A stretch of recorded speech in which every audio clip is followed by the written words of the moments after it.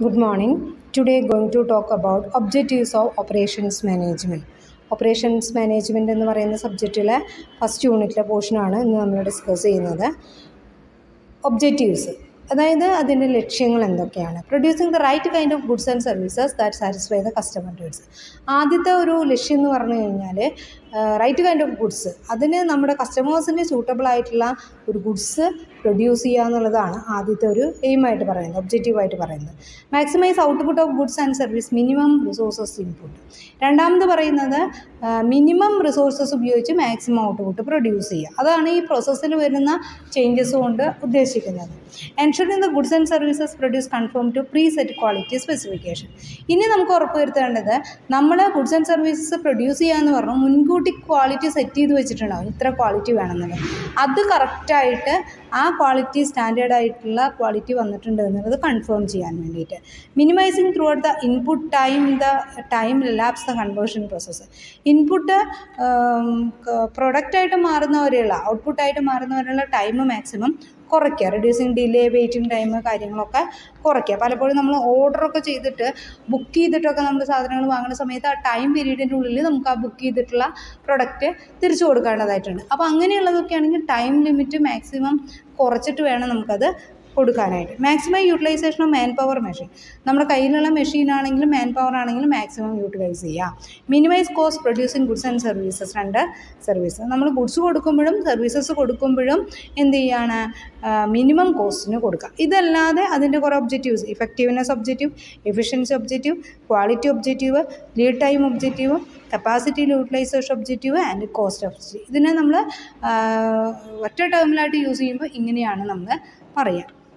ഇനി നെക്സ്റ്റ് പോർഷനാണ് historical development in operation management. Operation management എങ്ങനെയാണ് ഡെവലപ്പ് ചെയ്ത് വന്നിട്ടുള്ളത്? ഈ അടുത്ത കാലം വരെ നമ്മൾ പ്രൊഡക്ഷൻ മാനേജ്മെൻറ്റ് എന്ന് മാത്രം പറഞ്ഞിരുന്ന മാനേജ്മെൻറ്റ് തിയറീനെ നമ്മളിപ്പോൾ ഓപ്പറേഷൻസ് മാനേജ്മെൻറ്റ് എന്നാണ് പറയുന്നത്. അപ്പോൾ അതെങ്ങനെയാണ് ഓപ്പറേഷൻസ് മാനേജ്മെൻറ്റ് ആയിട്ട് ഡെവലപ്പ് ചെയ്ത് വന്നിട്ടുള്ളത്? പ്രിയർ ടു 1700, 1700 മുന്നേ, അതായത് ബ്രിട്ടീഷുകാർ ഇന്ത്യയിലൊക്കെ എത്തുന്നതിന് മുന്നേയുള്ള കാലഘട്ടത്തിൽ, അതായത് അവർ മറ്റുള്ള സ്ഥലങ്ങളിലേക്ക് പോകുന്നതിന് മുന്നേയുള്ള ഒരു കാലഘട്ടം, craft production system of cottage system, skilled ക്രാഫ്റ്റ്മാന് ക്രാഫ്റ്റ് പ്രൊഡക്ഷൻ വാസ് ഫോളോഡ്. അതായത് രാജാക്കന്മാർ ഭരിച്ചിരുന്ന ഒരു കാലഘട്ടമാണ്. സ്കിൽഡ് ആയിട്ടുള്ള ലേബേഴ്സ് ഉണ്ടായിരിക്കും, അവരാണ് അതിൻ്റെ കാര്യങ്ങളൊക്കെ ചെയ്യുന്നത്. 1700 ശേഷം ഇൻഡസ്ട്രിയൽ റവല്യൂഷൻ വരുന്നു. ജെയിംസ് വാട്ട് സ്റ്റീം എൻജിൻ കണ്ടുപിടിക്കുന്നതൊക്കെയാണ് 1764. അപ്പം മെഷീൻസൊക്കെ ഉപയോഗിച്ച് തുടങ്ങി. അതുവരെ നമ്മൾ ഹാൻഡ് മെയ്ഡ് ആയിട്ടുള്ള പ്രൊഡക്റ്റുകളാണ് പ്രൊഡ്യൂസ് ചെയ്തിരുന്നത്. അപ്പോൾ ലിമിറ്റഡ് നമ്പറാണ് നമുക്ക് പ്രൊഡ്യൂസ് ചെയ്യാനായിട്ട് പറ്റിയിരുന്നുള്ളൂ.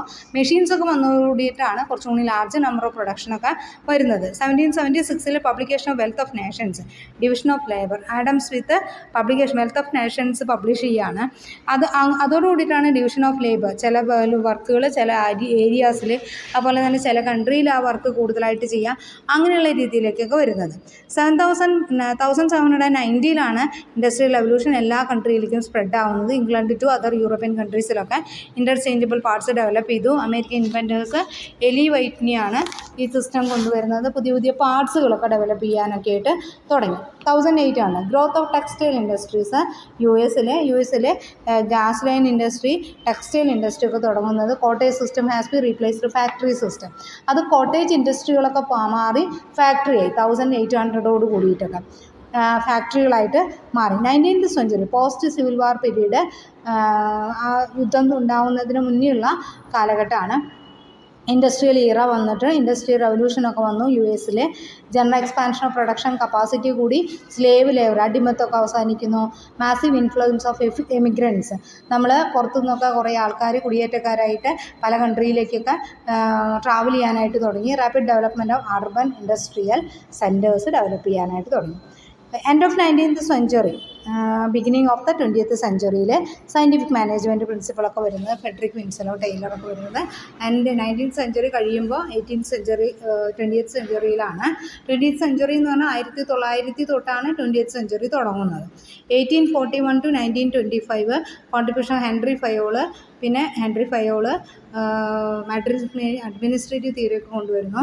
13 moving assembly line, Henry Ford assembly line മെഷീൻ്റെ പുതിയ കണ്ടുപിടുത്തങ്ങൾ കാര്യങ്ങളൊക്കെ കൊണ്ടുവരുന്നു. 1861 to 19 Gantt chart, scheduling chart, Henry L Gantt. അതായത് ചാർട്ട്, നമ്മൾ വർക്ക് ചെയ്യുന്ന കാര്യങ്ങൾ അതൊക്കെ നമ്മൾ ചാർട്ടിൽ എക്സ്പെക്റ്റ് ചെയ്യാൻ തുടങ്ങി. ഗാണ്ട് ചാർട്ട് എന്ന് പറയുന്ന ചാർട്ടിലെ ഓരോ മൂവ്മെൻറ്റ്സ് നമ്മൾ മാർക്ക് ചെയ്യാൻ തുടങ്ങി. അപ്പോൾ അതിൻ്റെ മൂവ്മെൻറ്റ്സ് കാര്യങ്ങളൊക്കെ മെഷർ ചെയ്തിട്ട് വർക്കുകൾ ലിമിറ്റ് ചെയ്യാൻ കറക്റ്റായിട്ട് ഷെഡ്യൂൾ ചെയ്യാനായിട്ട് തുടങ്ങി. 1868 മുതൽ 1934 വരെ മോഷൻ സ്റ്റഡി മെത്തേഡ്, ദർബ്ലിങ്സ്, basic concept of industrial psychology. അപ്പോൾ അതായത് ഇൻഡസ്ട്രിയൽ സൈക്കോളജി ഒക്കെ വരുന്നത്, അതായത് ഹ്യൂമൻ ഫാക്ടേഴ്സൊക്കെ കൺസിഡർ ചെയ്യാൻ തുടങ്ങി ഗിൽബർട്ടൊക്കെ വന്നതോട് കൂടിയിട്ട്.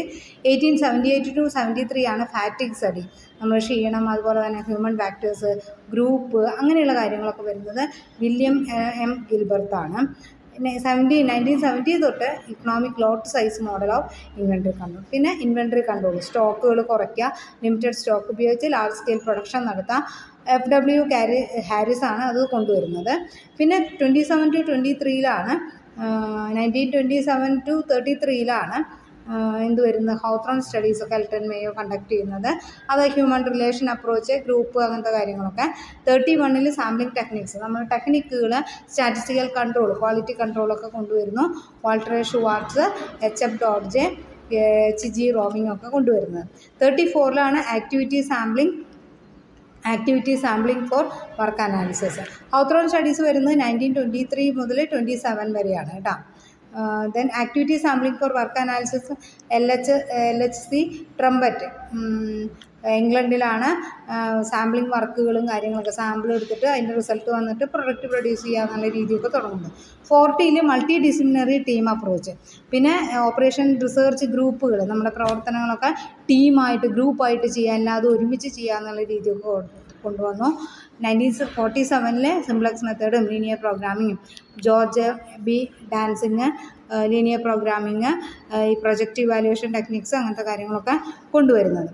50 to 60 അത് പ്രോപ്പറായിട്ട് പെർട്ടും CPയും ഒക്കെ കൊണ്ടുവരുന്നത് US വെസ്റ്റേൺ യൂറോപ്പിലൊക്കെ. 70 variety computer software packages using shop scheduling, inventory, layout, അതിനൊക്കെ കമ്പ്യൂട്ടർ സോഫ്റ്റ്വെയറുകൾ ഉപയോഗിക്കാനായിട്ട് തുടങ്ങി. Joseph Orlicky and Oliver Wight ഒക്കെയാണ് മക്ഡൊണാൾഡ് റെസ്റ്റോറൻ്റ് ഒക്കെ സ്റ്റാർട്ട് ചെയ്യുന്നത്.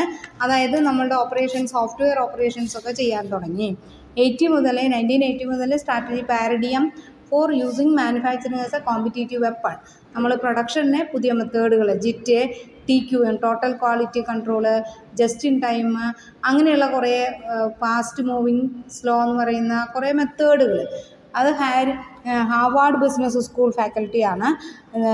തഗ്വി, WD ഡെമ്മിങ്, JM ജുറാൻ, ഇവരൊക്കെയാണ് ഇങ്ങനെയുള്ള പുതിയ ടെക്നിക്സുകൾ അപ്ലൈ ചെയ്യാനായിട്ട് തുടങ്ങി. 1990 TQM become pervasive. Total quality മാനേജ്മെൻറ്റിനെ തുടർന്ന് ISO, അങ്ങനെയുള്ള റീ എഞ്ചിനീയറിങ് പുതിയ ടെക്നിക്കുകൾ അപ്ലൈ ചെയ്യാനായിട്ട് തുടങ്ങി. Quality guru, American society of quality control, അങ്ങനെയുള്ള Michael Hammer and major consulting firms, അവരൊക്കെയാണ് ഇങ്ങനെയുള്ള പുതിയ ടെക്നിക്സും കാര്യങ്ങളൊക്കെ അപ്ലൈ ചെയ്യാനായിട്ട്. അങ്ങനെയാണ് പതുക്കെ ഓപ്പറേഷൻ റിസർച്ച് ഡെവലപ്പ് ചെയ്യാനായിട്ട് തുടങ്ങിയത്. Okay, thank you.